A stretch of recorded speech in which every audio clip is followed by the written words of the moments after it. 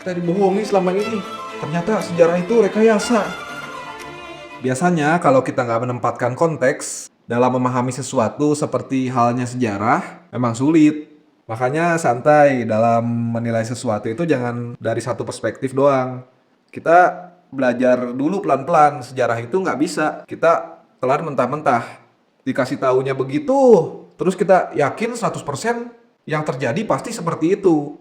Terus gimana kita untuk punya tolak ukur untuk mengetahui yang mana yang beneran, yang mana yang hoax? Oke, kita breakdown dulu pelan-pelan nih. Sejarah itu kan artinya adalah peristiwa yang terjadi di masa lalu. Secara etimologi, kata sejarah itu berasal dari bahasa Arab, syajara, yang artinya terjadi.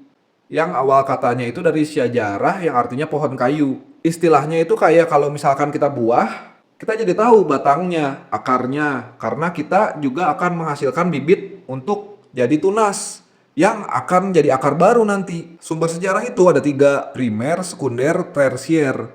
Primer itu berarti sumber sejarahnya dari orang yang menyaksikan langsung atau menjadi pelaku dalam peristiwa yang terjadi. Kalau sekunder berarti kita tahu sejarahnya dari orang yang tahu ceritanya, yang nggak terlalu jauh dari sumber primer. Kalau tersier itu adalah sumber yang ditafsirkan dari sumber sekunder tadi. Karena jaraknya yang jauh, yang mungkin hanya berasal dari catatan-catatan atau peninggalan-peninggalan yang ditemukan. Itu singkatnya kayak gitu. Dari sejarah kita belajar perkembangan masyarakat dan kemanusiaan di waktu yang udah lewat. Kita jadi punya pemahaman tentang masa lalu yang berisikan berbagai dinamika dan problematika manusia. Kalau kata salah satu proklamator negara kita, Mohatta. Sejarah itu dari awal ditulis dan disusun dan disetting. Cerita-cerita tersebut diceritakan selalu ada tujuannya, sehingga cerita mengenai fakta-fakta di dalamnya belum tentu kejadian yang tepat seperti apa yang diceritakan. Maka itu menimbulkan ada yang namanya perspektif sejarah. Makanya kita harus cari tuh data lebih dari satu sumber sejarah yang sama. Salah satu caranya kita mencari konfirmasi dari sumber sejarah lain. Misalkan kita diceritain sama orang tua kita tentang kejadian bandelnya dia di masa muda dulu misalkan. Nah, dari cerita itu kita bisa konfirmasi dan nanya cerita itu dari teman orang tua kita misalkan, yang juga tahu dan terlibat dalam peristiwa yang diceritakan. Misal, kata temennya gini, ya tuh dulu bapak kamu tai lah, om sering dikerjain. Dari situ perspektifnya aja udah beda. Ada yang nganggap cerita kejadian di masa lalu itu lucu, ada yang walaupun lucu tapi pada momennya dia kesel sama kejadian itu. Karena pada dasarnya orang tua kita kalau nyeritain masa lalunya pun itu belum tentu jujur tentang semua hal ke kita. Bisa aja ada hal-hal yang disembunyikan, yang pasti ada alasan dan tujuannya. Dengan analogi itu berarti kita tahu kalau belajar sejarah dari satu sumber aja, kemungkinan kita akan memandang sejarah dari dunia yang delusional. Kenapa? Kita akan ditipu sama cerita-cerita tentang masa lalu hanya dari satu perspektif aja. Kalau udah kayak gitu, mungkin kita bisa jadi over proud atas pencapaian leluhur kita di masa lalu. Kita bisa jadi benci sama sesuatu yang sebenarnya nggak kita kenal. Kita jadi punya trust issue, mengkhawatirkan sesuatu yang sebenarnya kita aja bahkan nggak paham dan nggak pernah ngalamin hal itu. Dan itu semua terjadi pada angkatan orang tua kita yang terdahulu.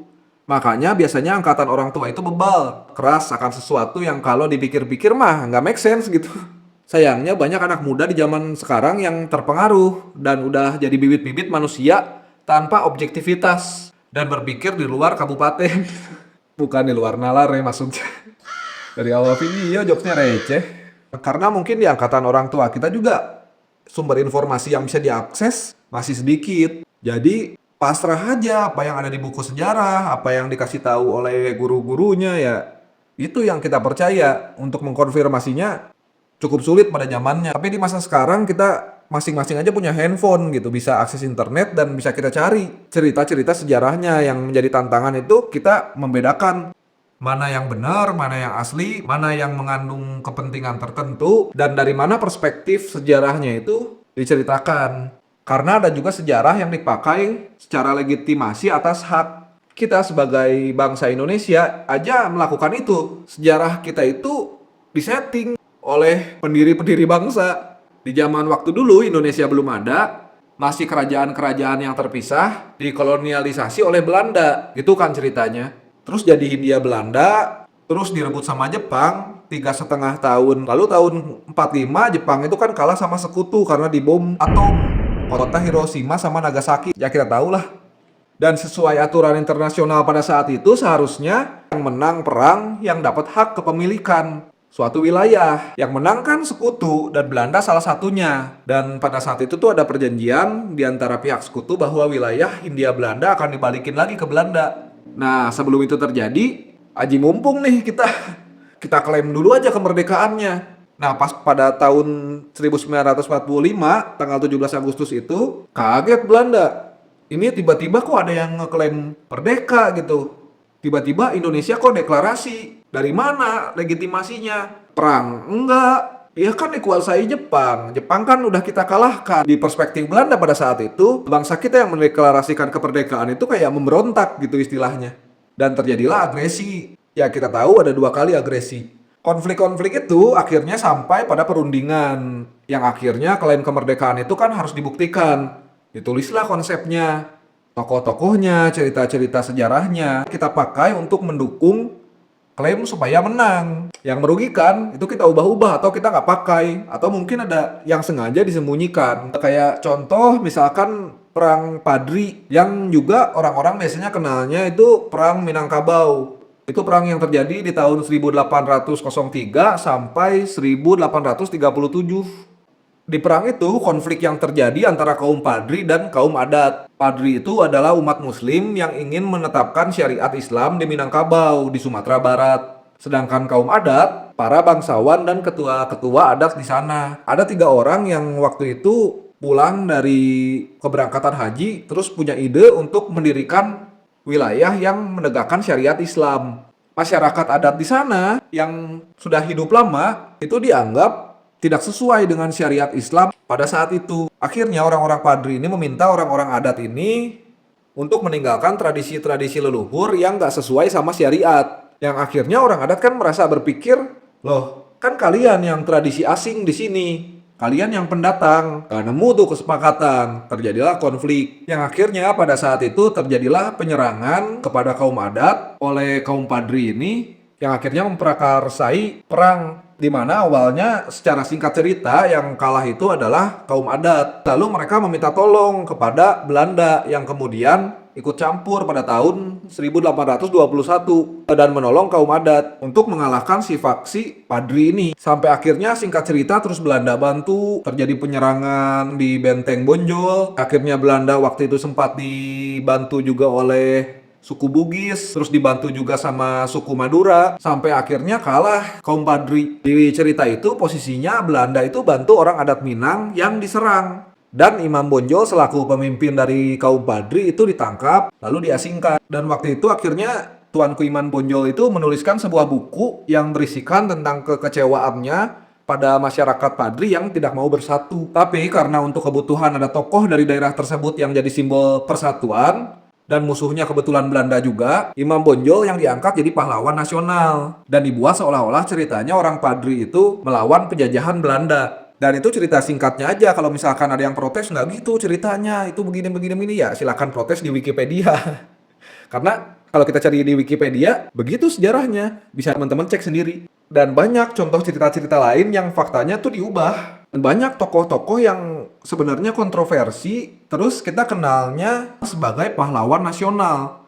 Kayak yang mendesain lambang negara kita, Sultan Hamid II, itu juga banyak kontroversinya. Dia pernah berpihak kepada Belanda dan jadi ajudan Ratu Wilhelmina pada tahun 1946, 1 tahun setelah deklarasi negara kita. Akhirnya dihukum penjara di tahun 50-an. Atau kayak pahlawan dari Aceh, Teuku Umar, itu kalau diceritain dalam sejarah, dia berpura-pura membantu Belanda, terus akhirnya berkhianat dan melawan penjajahan. Padahal pada masa itu perspektif di orang-orang Acehnya, ada yang menggambarkan ya memang dia tuh sosok pengkhianat yang di masa itu membantu Belanda. Yang akhirnya di masa-masa akhir memang dia berkhianat karena dia tahu Belanda kalah nih. Terus pindah posisi dia akhirnya jadi ngelawan gitu.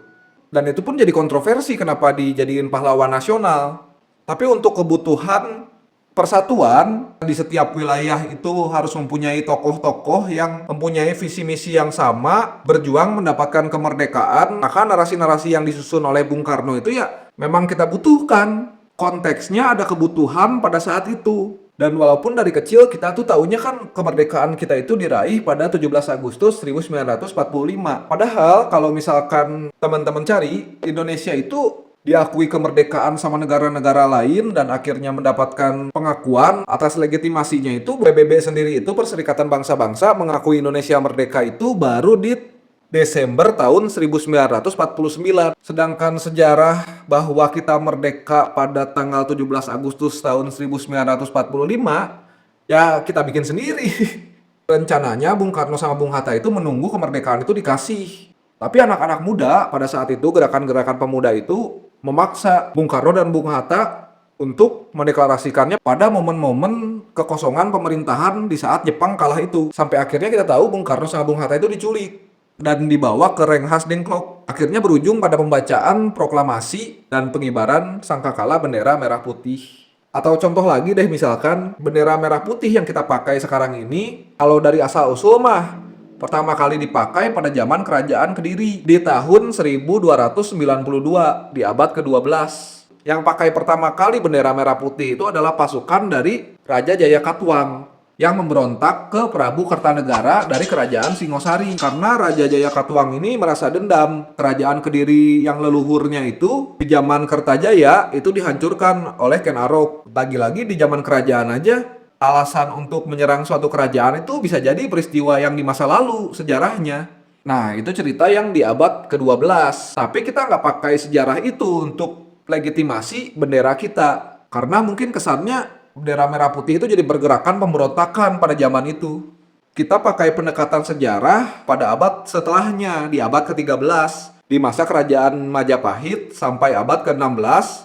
Di periode itu, bendera merah putih dijadikan sebagai lambang kebesaran. Di kitab Negara Kertagama yang ditulis sama Empu Prapanca, menuliskan bahwa simbol warna merah dan putih itu selalu terlihat di setiap upacara kebesaran Prabu Hayam Wuruk. Itu sejak tahun 1350 Masehi sampai tahun 1369 Masehi. Ya intinya pokoknya di abad ke-13. Dari contoh tersebut kita bisa lihat poinnya. Kita aja milih gitu sejarah mana nih yang mau kita pakai untuk legitimasi. Kalau pakai yang pertama kali abad ke-12 kan kesannya kayak simbol pemberontakan gitu. Ya udahlah, yang Majapahit aja. Untuk keperluan apa kita men-setting sedemikian rupa sejarah kita saat itu? Ya untuk mendapatkan kemenangan lewat perundingan. Yang waktu itu menjadi syarat harus ada legitimasi yang kuat dan pengakuan dari negara lain. Yang singkat cerita akhirnya menanglah kita atas klaim itu. Walaupun pada akhirnya dengan persetujuan bahwa kita membayar sejumlah denda kepada Belanda. Waktu itu harusnya yang menjadi bank nasional di Indonesia itu kan BNI, Bank Negara Indonesia. Akhirnya digantilah waktu itu jadi Bank Indonesia karena ada kepemilikan saham atas Belanda, kalau nggak salah ya. Suatu tokoh yang dikenal dalam sejarah adalah pahlawan bagi suatu bangsa, mungkin juga tokoh yang sama dikenal sebagai penjahat untuk bangsa yang lain. Kayak Mehmed Al-Fatih misalkan yang berhasil menaklukkan kota Bizantium dikuasai Turki Utsmaniyah setelahnya. Ada yang menganggap dia adalah pahlawan dari kaum muslim yang hebat. Tapi dari perspektif lain, ada juga yang memandang bahwa dia adalah seseorang yang melanggar syariat karena di masa saat dia menyerbu dan menguasai kota Bizantium, itu banyak gereja-gereja yang dimusnahkan sama dia. Padahal secara syariat, dalam perang menghancurkan rumah ibadah itu dilarang gitu kan, dan banyak tindakan-tindakannya yang sebenarnya kontroversial gitu. Ada juga kan kemarin tuh ya Turki sama Indonesia tukeran nama jalan gitu karena ada kerjasama. Terus Turki itu memilih nama Mustafa Kemal Atatürk yang akhirnya menimbulkan protes dari sejumlah umat muslim di Indonesia. Karena walaupun dia dikenal sebagai Bapak Turki, pahlawan di sana, karena perjuangannya yang melahirkan Turki yang modern sampai saat ini, dia yang membuat kebijakan bahwa pria dan wanita itu boleh dicampur sekolahnya gitu. Tapi di dalam dunia Islam, dia juga menjadi tokoh yang kontroversi karena tindakan-tindakannya kayak mengubah Hagia Sophia menjadi sebuah museum. Ketika Konstantinopel direbut sama Turki Utsmaniyah, Hagia Sophia itu difungsikan sebagai masjid dari pemerintahan yang lama. Kayak konflik Israel dan Palestina yang masing-masing merasa benar atas tindakannya. Ada yang dilabelin penjajah, ada yang dilabelin teroris. Dan mungkin label itu muncul karena cuma iseng misalkan, atau bodoh aja gitu main fitnah-fitnahan tanpa dasar. Soalnya konflik ini kan melibatkan banyak pemimpin-pemimpin negara besar yang pasti pinter-pinter dong harusnya. Bukan konflik orang awam di akar rumput.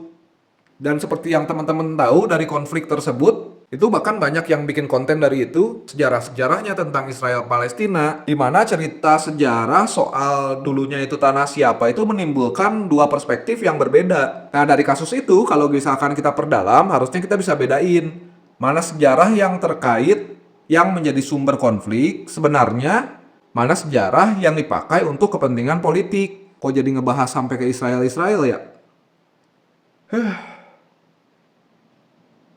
Udah, panjangan.